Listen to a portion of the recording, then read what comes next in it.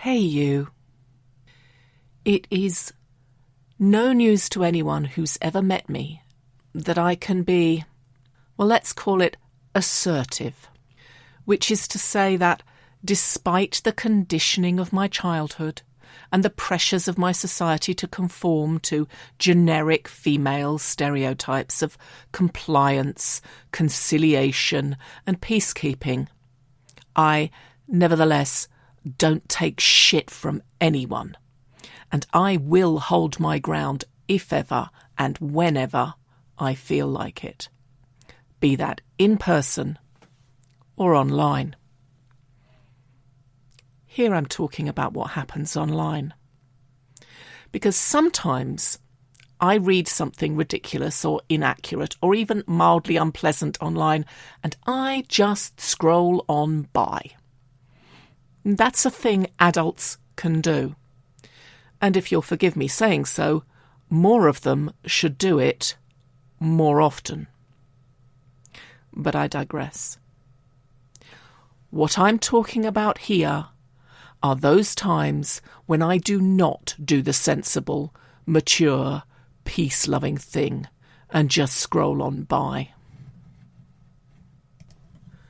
No, what I'm talking about are the times when someone says comes up in a feed, in a group or in a forum, and I read it and I'm like, no, that one I cannot, will not let pass. And so then I'm disagreeing and disputing and basically having an all-out argument on the internet, often, but not always, with total strangers. I rarely, if ever, descend into bad language, nor do I indulge for the most part in name-calling or ad hominem attacks, and never yet have I made actual threats of vicious bodily or sexual violence against my interlocutors, although I have had all of those responses directed at me over the years.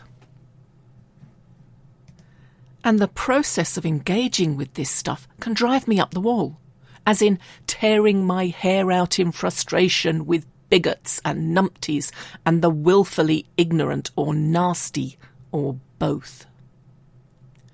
So why do I do it? I hear you cry. Why engage with them at all? Half of them are bots or trolls, and the other half wouldn't change their mind about something they had decided on if their own personal deity of choice popped by to tell them they were out of order. I hear you. Really I do. And you're not wrong. I can't change the mind of someone whose mind is already closed. But in reality, they are not my audience. I might appear on the surface to be engaged in a battle of wits with a stranger, valiantly trying to sway them to my point of view. But what I am really doing is providing an open access alternative to their point of view for others. The key is not that they are arguing. They were going to do that anyway.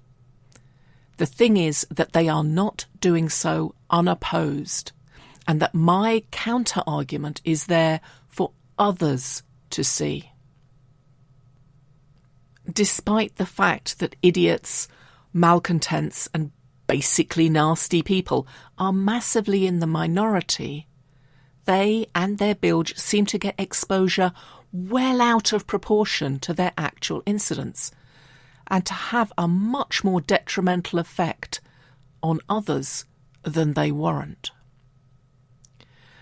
And if I can't stop them posting their rubbish, and I can't, at least I can attempt to mitigate some of the harm that they do. When I stand up to someone being a bully, or a bigot, or an undereducated conspiracy theorist, I hope that I can show that theirs is not the only voice, that someone out there dissents.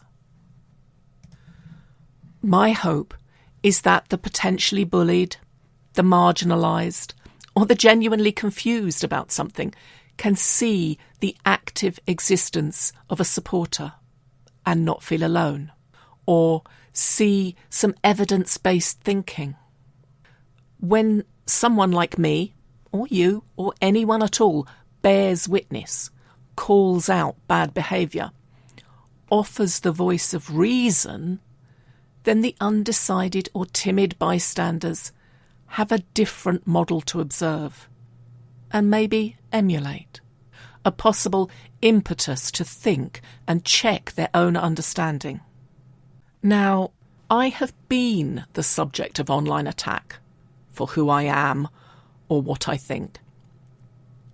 And I know how surprisingly difficult it can be to deal with, and how good it feels when you get some support from anywhere or anyone.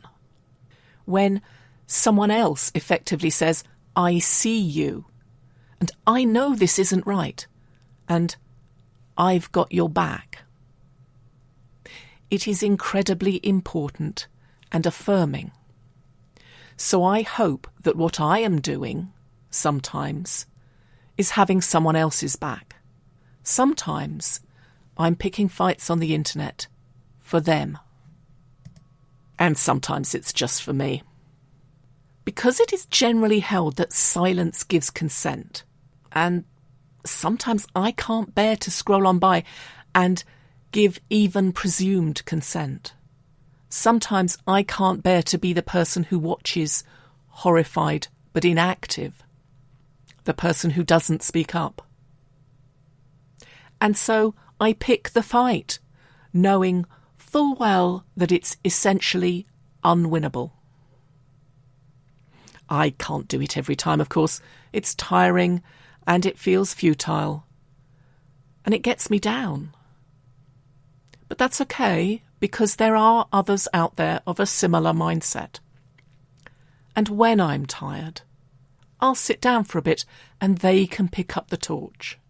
When I get tired and down about the bilge I encounter and the number of times I have to have what is essentially the same fight, I try to remember that, contrary to popular opinion, most people on the internet, or anywhere else for that matter, are nice and kind and genuinely mean well. They are the mostly silent majority. It's just that the nasty, hateful, vocal minority shout louder and so get themselves noticed more, dominating spaces where they should be barely visible. And that's not right. So that, my friends, is why I sometimes pick fights on the internet with strangers. Until next time, be well. Gis.